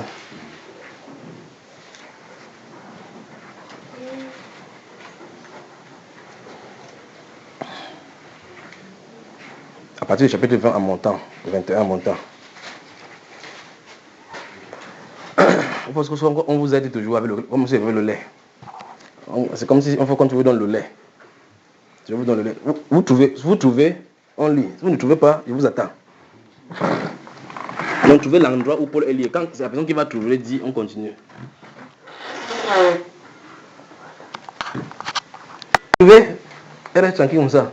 Regarde, les voisins sont déguetés comme ça. C'est quel chapitre? Alléluia. Dans ce chapitre 21, si vous regardez au verset 8, n'est-ce pas? Ça commence à partir de là. N'est-ce pas, madame? Si vous regardez à partir du chapitre 21, à partir du verset 8, vous allez remarquer qu'il est entré chez l'évangéliste Philippe. Il y avait 4 filles vierges qui prophétisent. Donc, ça se trouve exactement dans le chapitre 21, le verset 8 et suivant, n'est-ce pas? Ok. Voilà. Maintenant, qui va lire? Frère Ferrand, lis. Oh non, tu es là, frère? Verset 8. Oui, lisons. Nous partîmes le lendemain et nous arrivâmes à Césarée, Oui. étant entrés dans la maison de Philippe, l'évangéliste, qui était l'un des 7. Nous logeâmes chez lui. Il avait 14 filles vierges. Non. Pardon. Mais 14 filles, c'est que celui-là, il a l'argent. Il avait 4 filles vierges qui prophétisaient. Oui. Comme nous étions là depuis plusieurs jours, Oui. un prophète nommé Agabus C'est encore lui, n'est-ce pas? descendit de Judée Oui. et vint nous trouver. Mhm. Il prit la ceinture de Paul, Oui. se lia les pieds, Écoutons maintenant sa parole qu'il va prononcer. Souvenez-vous de ce que Élie lui a dit, d'accord? Allons-y. se lia les pieds et les mains et dit: voici ce que déclare le Saint-Esprit. Stoppons. Ça règle le problème. Vous avez la façon de l'esprit de parler dans le Nouveau Testament, n'est-ce pas? Vous pouvez être là, vous bavardez n'importe quoi, bavarder, vous c'est gesticuler. Il y a une seule façon. Si vous connaissez la Bible, vous devez savoir si c'est faux ou c'est vrai. C'est un prophète, exactement comme Élie. Là-bas, il a dit que, on a dit dans le chapitre 11, là, qu'il déclara par l'esprit qu'il y aura une famine qui en est venir. Deuxième fois, il ne fait pas l'erreur. Il vient prendre la ceinture de Paul et l'attache ses pieds. Il dit que, voici ce que déclare le Seigneur. Il dit que voici ce que déclare l'Éternel. N'est-ce pas? Donc, Le ainsi parle l'Éternel dans l'Ancien Testament équivaut à l'Esprit parle. C'est. Car le Seigneur, c'est l'Esprit. Le Seigneur, c'est l'Esprit. Si vous allez lire au chapitre 9, par exemple, quand l'apôtre Paul était lorsque l'apôtre Pierre, quand il a ressuscité la femme veuve dont on parlait tout à l'heure, il sera sous le toit, on va envoyer à Joppé pour le chercher. Pendant que cette vision-là va venir, il sera en train de méditer. L'Esprit va dire à Pierre, vous voulez, n'est-ce pas? L'Esprit dit à Pierre, descend car 16 ans seulement qu'il les a cherchés. Est-ce que vous comprenez? Quand l'apôtre Paul et Barnabas sont à Antioche, sont en train de déjeuner, dans le chapitre 13, le verset 2, la Bible va déclarer, l'Esprit dit, le Saint-Esprit dit, mettez-moi à part Saul et Barnabas. Vous allez voir que c'est l'Esprit qui est en train de parler, il n'y a pas l'Éternel, il n'y a pas de mot éternel là-bas. Est-ce que vous comprenez? Il y a un pourquoi. Parce que les noms de Dieu dans la Bible sont des révélations par rapport aux dispensations. C'est comme ça que Dieu a mis les choses dans la Bible. Est-ce que vous comprenez? Parce que c'est pour ça que Dieu ne peut venir dire que je suis le Dieu d'Abraham, le Dieu d'Isaac, le Dieu de Jacob. Il ne peut plus dire ça. Parce qu'il a déjà révélé son nom parfait, c'est Jésus-Christ de Nazareth. J'espère qu'il me fait comprendre. Oui, frère. Je voulais demander par rapport à, comme je vous l'expliquais là, par rapport, est-ce que, puisque 1 Corinthiens 14 mentionne certaines choses. Oui, oui. Ici, on dit comparaison entre le don des langues et le don de prophétie. Oui. Et là, il lit dans... Verset 1. Oui, lis verset 1, frère. On dit rechercher la charité, aspirer aussi au don spirituel, Oui. mais surtout à celui de prophétie. Oui. En effet, celui qui parle en langue ne parle pas aux hommes, mais à Dieu, car personne ne le comprend. Et c'est en esprit qu'il dit des mystères. Oui. Donc quand la personne parle, on ne le comprend pas. Oui. Et on dit, celui qui prophétise, au contraire, parle aux hommes, les édifie, les exhorte, les console. On regarde le verset, c'est exactement là où je voulais arriver, par rapport aux prophéties. Oui. En fait, je ne sais pas si, peut-être, je ne sais pas. Il fallait qu'on finisse d'abord avec l'affaire de ainsi par l'Éternel et l'Esprit d'abord. Avant de revenir là-bas. Parce que je suis en train de dire, n'est-ce pas, que dans la dispensation-ci, le Saint-Esprit ne peut pas dire ainsi par l'Éternel, parce que ça ne se trouve pas dans la Bible. La révélation, c'est que la personne qu'on appelait Éternel dans l'Ancien Testament, c'est lui qu'on appelle Jésus-Christ. Il ne peut plus rentrer sur l'Ancien nom parce que sa révélation était progressive. C'est pour ça que dans le livre de Hébreux chapitre 1, on dit que Dieu dans les anciens temps a parlé par des prophètes. En ces temps, il est entré dans l'office. Est-ce que vous comprenez? Donc il est en train d'avancer. Pour cela, je vais vous faire lire quelque chose pour que vous soyez surpris maintenant. Ouvrez le livre de Joël. Je crois que vous allez me comprendre maintenant. Joël chapitre 2.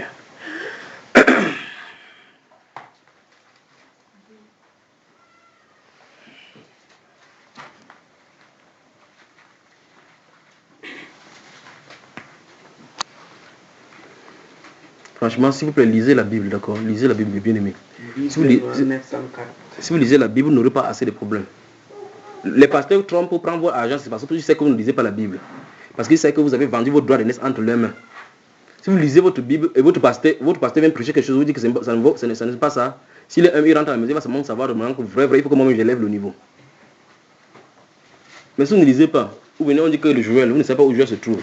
Il parle d'un Joël, justement, il dit qu'amener à la maison de l'Éternel tout le trésor. Il dit que c'est écrit dans Joël, vous ne connaissez même pas. Ok, Joël chapitre 2. Ouvrez en parallèle maintenant avec Actes des Apôtres aussi.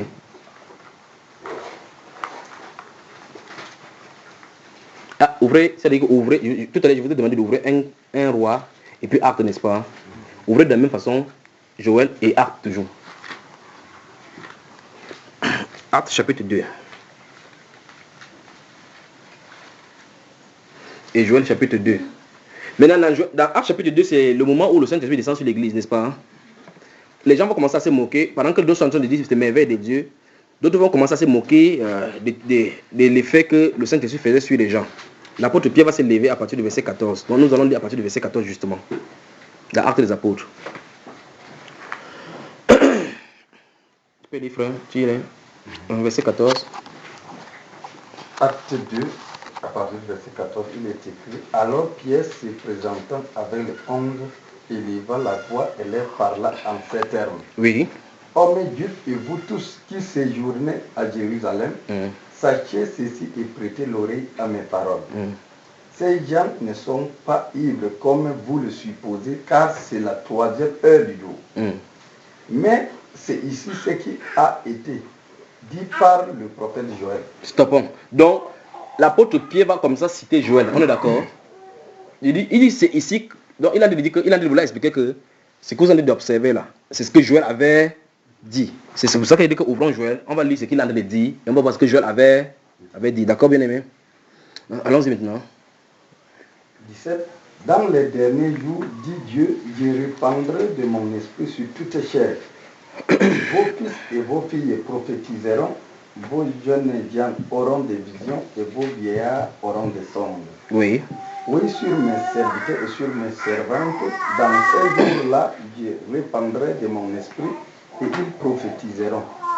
Je ferai paraître des prodigues en haut dans le ciel et des miracles en bas sur la terre, du sang, du feu et une vapeur de fumée. Le soleil se changera en ténèbres et la lune en sang.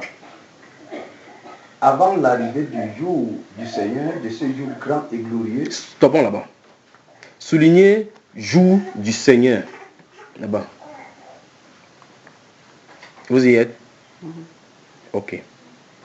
Maintenant, allons-y donc maintenant, parce que puisque Pierre nous a dit que ce qu'il a dit, ce qui se passe là, c'est Joël qui avait dit ça, n'est-ce pas? Hein?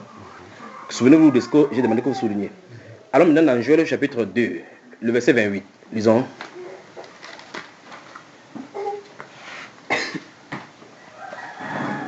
Lis, frère. Joël 2, 28. Il est écrit, après cela, je répandrai de mon esprit sur toute chair. Vos fils et vos filles prophétiseront, vos vieillards auront des songes et vos jeunes gens des visions. Même sur les serviteurs et sur les servantes, dans ces jours-là, je répandrai de mon esprit. Je ferai paraître des prodigues dans les cieux et sur la terre, du sang, du feu et des colonnes de fumée. Le soleil se changera en ténèbres et la lune en sang, avant l'arrivée du jour de l'Éternel. Stoppons. Soulignez ce que vous avez le jour de l'Éternel. Attends. En fait, il y en a plein. Il y en a plein. C'est parce qu'on a développé à avancer quelque part. J'aurais souhaité prendre ça partout. Alors maintenant, qu'est-ce que vous avez vu comme différence? Quelle est la différence entre ce que Pierre a dit dans le Nouveau Testament et ce que Joël lui-même avait dit? Pierre a dit, Seigneur. À haute voix, à haute voix. La différence est que Pierre, en parlant à la fin, parlait de avant l'arrivée du Seigneur. Non. Il a demandé que vous soulignez, donc vous devez avoir ça devant vous. Il n'a pas dit avant l'arrivée du Seigneur. Avant l'arrivée du jour du Seigneur. Donc c'est le jour du Seigneur qui est en train d'arriver. N'est-ce pas? Joël, lui, il avait dit quoi? Le jour de l'Éternel. Il y a une explication. Ok, maintenant, regardez toujours Joël chapitre 2, d'accord? Ouvrez cette fois-ci Romains chapitre 10. Ça c'est Pierre qui a dit dans ce chapitre 2. Regardez maintenant ce que Paul lui-même a écrit. Et maintenant, quand vous lisez la Bible, vous allez voir la même chose partout, chaque fois quand ça sera référé ainsi. Romains au chapitre 10, et en comparaison maintenant avec Joël toujours. Vous êtes dans Romains chapitre 10. Si vous êtes dans Joël chapitre 10, dans Romains chapitre 10, vous me dites, je vais vous donner le passage. Ok. En premier lieu, lisez le verset 32 de Joël chapitre 2. Frère, lis le verset 32 de Joël chapitre 2, là, parce que en fait, normalement, ça continue. Dis maintenant le verset 32.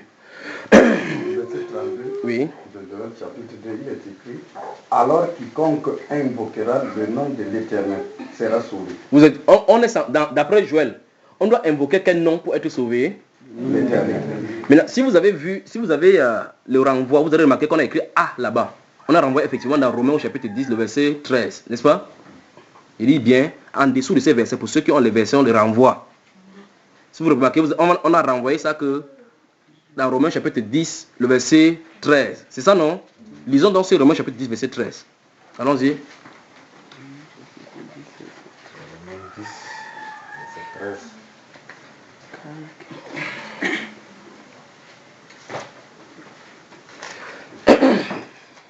Car quiconque invoquera le nom du Seigneur sera sauvé. Maintenant, Joël, lui, il avait dit qu'on devait invoquer quel nom? L'Éternel. Mais quand l'apôtre Paul prend sa plume pour réécrire ce que Joël, lui, il avait dit, dans le Nouveau Testament, il écrit plutôt quoi? Seigneur. Donc, l'apôtre Pierre, il était en train de parler. On pouvait quoi? Peut-être qu'en citant, il a fait l'erreur. l'apôtre Paul, en prenant plus tard sa plume pour écrire, a fait la même chose comme Pierre a fait. Vous voyez comment les gens prêchent l'évangile avec harmonie, n'est-ce pas? Vous lisez la Bible partout là. Chaque fois qu'un apôtre qui a écrit la Bible va vouloir citer un verset de l'Ancien Testament, que c'était écrit l'Éternel, il va plutôt dire Seigneur. Quiconque invoquera le nom du Seigneur sera sauvé dans le Nouveau Testament. Or, dans l'Ancien Testament, on disait que le nom de l'Éternel. Or, dans Romains chapitre 10, il commence par dire que si tu confesses de ta bouche le Seigneur Jésus, donc ce nom-là, c'est le Seigneur Jésus. Il veut dire qu'en réalité, ce n'est pas nouveau parce que dans l'Ancien Testament, c'était prévu que le nom de l'Éternel, il ne dit pas l'Éternel, il dit le nom du Seigneur. Or, il y a un seul Seigneur, c'est qui? C'est Jésus. Donc, la révélation était progressive. C'est pour ça que l'autre jour, remarquez bien comment je vous dis ici. Il dit, Proverbe chapitre 18, verset 10, que le nom de l'Éternel est une tour forte. Le juste s'y réfugie et se trouve en sécurité. Il dit, ce nom-là, c'est quoi? Vous avez dit Jésus. Vous disiez Jésus sans vous en rendre compte que vous avez dit que l'Éternel, c'est Jésus. Comme il s'est déjà montré, dans l'Ancien Testament, il a dit qu'il y a un nom qui est en train de devenir par lequel les gens vont être sauvés. Dans Actes chapitre 4, verset 12, il dit que car il n'y a sous le ciel aucun autre nom qui a été donné, dont le nom a été donné. Alléluia. C'est pour cela donc, quand quelqu'un dit ainsi parle l'Éternel, ce n'est pas l'Éternel. On peut prophétiser, par un esprit, deux, par l'audacité. Et si tu veux prêcher par l'audacité, la parole va t'embrouiller. Si c'est le Saint-Esprit qui te met une parole à cœur, tu vas prêcher la parole. Toi-même, quand tu vas prêcher par le Saint-Esprit, tu viens dans la Bible, tu vois que c'est conforme à la Bible. Pas que tu essaies de réfléchir dans la Bible que je dis quelque chose qui va être biblique. Tu parles seulement. Et c'est quelqu'un qui connaît la Bible, sait que c'est aligné avec la Bible. C'est tout simplement ça. Alors maintenant, j'espère que c'est compris.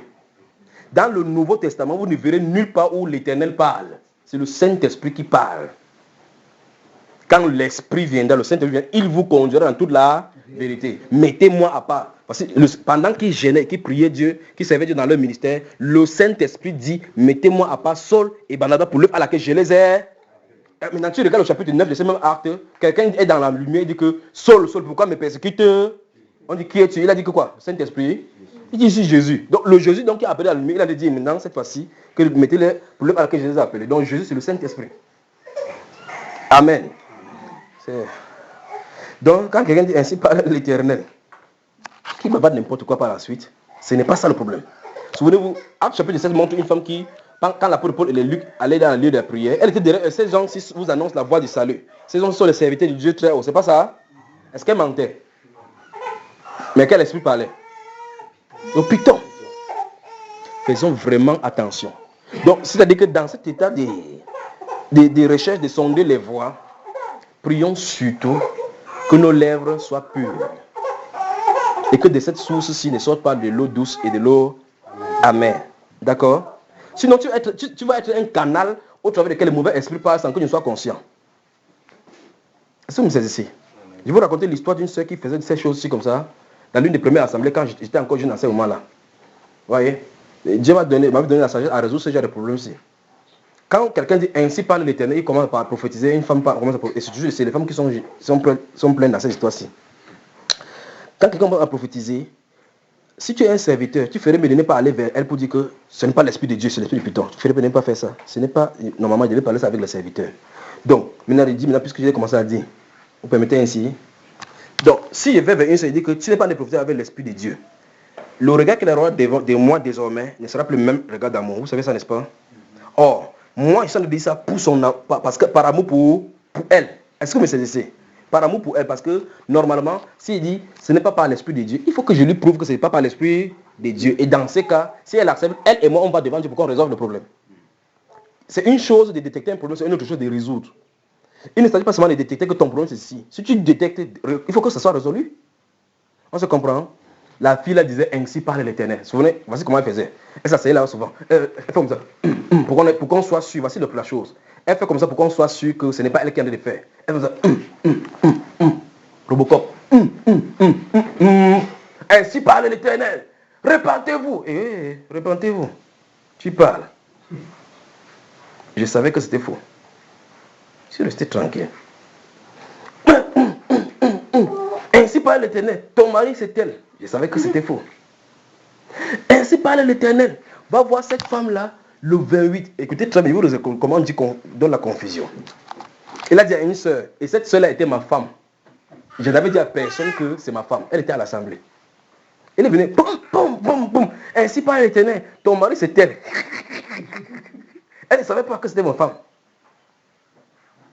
Ma femme m'a regardé comme ça. Il dit, voilà, on a dit que tu es la femme de telle personne. Il me regarde pourquoi. Alléluia. À la maison, c'était chaud à la maison. Il dit que, mais arrête ça. Il dit que non, c'est l'affaire de Dieu. Je ne peux pas arrêter. J'aime cette soeur, il ne faut pas qu'elle ait du mal. C'est pour amener l'église à la maturité. Il faut que, s'ils viennent devant elle, on dit que, ainsi par l'Éternel, stop. Vous qui êtes là-bas, pouvez croire que non. Je ai dit stop. Sur quelle base je ai dit stop. Il faut que ça soit clair devant tout le monde que c'est faux. On est d'accord? Alors si on se prononce donc que ceci est faux, vous devez savoir. Alors qu'est-ce qu'elle a fait? Elle allait voir le gars là qui a dit que c'est son mari. Que le mari de ma femme. Est-ce que vous saisissez? Après, elle envoie le message à ma femme que souviens-toi, il faut beaucoup prier pour que Dieu te donne de comprendre sa voix. Il dit que voilà ça. Il dit, gars, elle me dit que tu crois à sa prophétie. Elle a dit à ces garçons, elle allait chez le garçon, elle a dit que, souvenez-vous, on se réunissait les samedis. C'est là que je vais vous montrer les choses. Si vous êtes patient avec Dieu. On se réunissait souvent les samedis. Samedis. Elle a dit à l'autre garçon que, ainsi parle l'Éternel, le samedi prochain, il faut le rencontrer quand il y aura le culte. Donc le garçon vient déclarer son amour. Dieu va créer l'amour dans son cœur. Le gars aussi était ambigu. Parce qu'il ne ressentait rien par rapport à elle. Il aussi a commencé, comme on mettait la pression, elle envoyait le crédit à ma femme. Moi, on partage le crédit à deux. Il envoie 2000 de crédit, il donne pour moi. Il dit que non, c'est ton fusil fiancé. Alléluia. Ok. Donc elle a dit au garçon, souvenez-vous, je vais vous montrer pour que vous saviez, vous les anciens, que vous sachiez que les choses spirituelles, ça ne se gère pas de façon humaine. Alors, les gens m'ont mis la pression. Par derrière, elle avait créé les désordres. Mais les gens savaient ce qu'il en était. Ceux qui me connaissent savent que je ne joue pas le problème de façon charnelle. Si Dieu ne me donne pas la direction, je laisse. Parce que de toute façon, c'est son œuvre. Alors, elle a dit à ces garçons-là que, ainsi par l'Éternel, va le samedi prochain, 28, c'était le 28 août comme ça là. Il y aura, après le culte, appelle là pour lui déclarer ton amour. Ça, c'est à la maison. Subitement, j'appelle les gens pour dire que je n'étais pas là-bas. Que le culte de vendredi et samedi, on ne pourra pas faire la renvoyer ça dimanche. C'est quand même terrible, pas vrai? Il dit subitement, le culte qui s'est passé normalement le samedi, ça a été renvoyé à dimanche. Vous comprenez maintenant la chose, n'est-ce pas? Donc, Dieu lui a dit avant que va au culte samedi. Après ça, tu déclares ton amour. Ça ne prouve pas que c'est toujours Dieu, parce que Dieu, normalement, le culte c'est de samedi. Alors maintenant, le problème vient du fait que je déplace le culte du samedi à dimanche, et Dieu te dit que va samedi. Vous savez, Dieu ne savait-il pas que ça devait être déplacé de samedi à dimanche? Elle est venue là-bas samedi, n'a vu personne. Le gars lui-même a commencé à dire que quelque chose ne va pas. Alors là, j'avais une base pour lui dire que c'était faux. J'avais une base.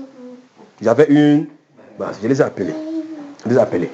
Appelés tous ceux qui étaient concernés, y compris ma femme. Non, avant cela, comme j'ai dit à cette soeur-là, à ma femme, je les ai vus de l'autre côté, ils disent ok, comme vous faites comme ça, là, la femme là a un mari. Elle a encore venu, quand le mari là n'est pas le mari. Donc elle ne savait pas d'abord qu'elle est le mari. Il fallait qu'elle dise d'abord ça. Pour qu'on dise que le mari n'a pas son mari. J'ai dit ok, dans ces cas, ce qu'on va faire, c'est que je vais amener son mari ici. Vous lui dites devant lui que c'est pas ta femme, c'est ton mari. Il dit non, frère, je ne fais pas ça. Il ne savait pas que c'était son mari qui parlait comme ça. L'église a le problème, et l'église a besoin beaucoup plus du don de discernement des esprits. On s'est mis comme ça là. Là, c'était une église de dénomination à l'époque. Non, je n'ai jamais fait de dénomination. Quand Dieu m'a montré, c'est ce qu'il m'a montré ici.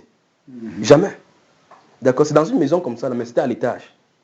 D'accord, hein? Papa veut aussi regarder à ma source. C'est bien. C'est bien. Alors on s'est assis comme ça, là. On s'est assis après le culte, on s'est assis comme ça. Et donc maintenant, tu as dit que tu devais le rencontrer quand?